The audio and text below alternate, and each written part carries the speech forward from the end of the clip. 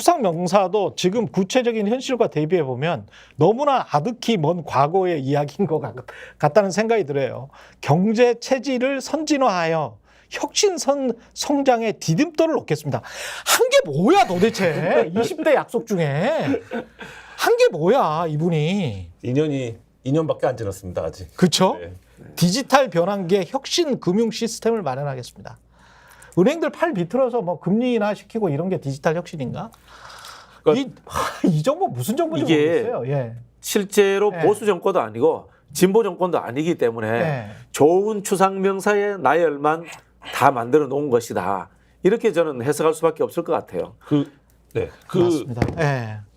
윤석열 정부 뭐 오늘 2주년 됐는데 윤석열 정부가 어쨌든 지금처럼 지지율을 다 까먹기 전에 좀 그래도 지지층이 있을 때 그때 민주당이 굉장히 어려운 때도 있었어요. 예를 들면 그렇죠. 이재명 대표에 대한 체포동의안이 국회에서 뭐 그랬죠. 통과되고 뭐 이런 네. 상황이 있었는데 그때 윤석열 정부가 뭘 했습니까? 야당을 향해서 전체 공산주의 세력이라고 야당을 규정하고 또 사회적으로 이슈가 뭐였습니까? 홍범도 장군 동상 이슈였어요. 그러니까 예를 들면 그런 것들이 지금 돌이켜서 생각해 보면 윤석열 정부 입장에서는 그게 뭐 정부를 정상화하고 국가관을 정상화하는 문제라고 받아들였는지 모르지만 이 정부의 어떤 그걸로 보면 굉장히 그 소중한 시간을 말도 안 되는 이슈에 허비해버렸던 말전쟁에 허비해버렸던 이 상황들이 지금 결국엔 이 지지율 20%까지 끌어내린 거죠. 이게 이런 추상적인 말씀하신 대로 추상 명사에 나열만 하고 아무런 일도 안 했어요. 이게 아무런 일도. 이 정부가 보수라고 하면서 네. 한국 사회의 보수가 가지는 반북 정서 있지 않습니까?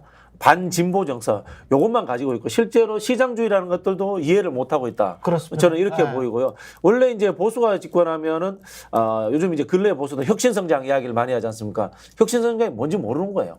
혁신성장이라는 뭡니까? IT라든가 글로벌한 금융자본에서 어떻게 적응할 것인가 이런 이야기 아닙니까? 근데 미국과 반도체 이야기하는 거 보면 전혀 그런 게 없어요. 그렇죠. 안보에다가 경제를 종속시켜버려요. 그럼 이거 뭐야? 전통적 의미의 보수나 시장주의자도 아닌 거죠. 그렇습니다. 네. 중상주의도 뭐 안 해. 아무것도 하는 게 없어요. 중상주의도 안 해. 네, 두 가지입니다. 제가 봤을 때는 사정권을 가지고 자신들의 권력을 보유하는 거. 네. 그다음에 반북 정서를 가지고 국민들을 갈라치는 거. 그렇죠. 두 가지 외에는 본 적이 없어요. 차라리 트럼프처럼 중상주의하고 보호무역으로 가가지고 어떻게든 그렇죠, 네. 리쇼링이라도 해가지고 우리 기업들 뭐 잘 살리겠다. 뭐 이런 식으로라도 안 해. 이게 옛날에 전통적인 보수 아니었어요? 그러면 그 지지층이라도 올고지 그냥 다 가져가지. 네, 네. 아, 리쇼링 이야기 잘. 문재인 네. 정부 때 리쇼링 이야기가 나왔거든요. 네. 나왔는데 그 진보 블록 일부에서 반대해서 시작도 못 했었는데 네. 사실 요즘 시대에 그런 거 좀 해야 되지 않나 이런 생각도 다시 아니, 한번 바이든 해봅니다. 다 보수 가져- 정부면은. 바이든이 다 가져가서 리쇼링 하잖아요. 네, 네, 네. 그리고 뭐 트럼프도 그거는 계속 이어갈 수밖에 없는 거죠. 뭐 어떡하겠어요. 그러니까 중상주의도 안 한다는 게 정말 신기한 사람들이에요. 그런데 대통령은 기자회견을 진짜 오랜만에 한 2년 만에 하는 겁니까? 예. 한 1년 한 반 만에 하는 것 같은데 네. 100일 기자회견이 있었고요. 그죠? 그 기자회견을 하면 이번에는 좀 다를까? 이렇게 지금 언론들이 뭐 조금의 희망이 있겠죠. 조금의 희망을 넣어가지고 이야기는 하고 있는데 실질적으로 뭐 달라질까 그런 생각은 들어요. 그것도 불과 한두 시간 이야기해가지고 뭐가 있을까요? 60분 한다고 하더라고요. 네, 60분. 한 시간. 네, 네. 60분 한다고 들었고 뭐 저기 현직 기자 계시니까 네. 저보다 더 잘 아시겠지만은 현재 대통령실 출입 기자 자체가 대통령실의 요구에 의해 가지고 많이 바뀌어 있습니다. 까칠한 기자들, 슬리퍼 신고 와서 대통령실에 함부로 질문할 수 있는 기자들이 네. 많이 없어진 거죠. 아니 슬리퍼 그거 너무 강조하지 마세요. 이기주 기자가 그거 좀 억울해 하는데 다 슬리퍼 다 신어요. 슬리퍼 다 신죠. 다 슬리퍼 신어. 다 신습니다. 출입처에서는 다 일하는데 네, 네, 네. 출입처에서는 다 슬리퍼 신어. 네, 네. 네. 저희는 예전에 슬리퍼를 지급한 적도 있습니다. 그지 맞아요. 그렇긴 한데 하여간 그 목요일 오전 10시에 모두 연설 같은 경우는 녹화로 영상을 하고 네. 그다음에 이제 1시간 동안 이야기를 하겠다고 하는데 1시간 동안 저 기자회견을 할 때 진짜 그 노영희 변호사가 그 이야기를 하던데 A를 질문을 하면 엉뚱한 이야기를 또 할 거 아니에요. 그렇겠죠. 네. B를 이야기할 거 아니에요.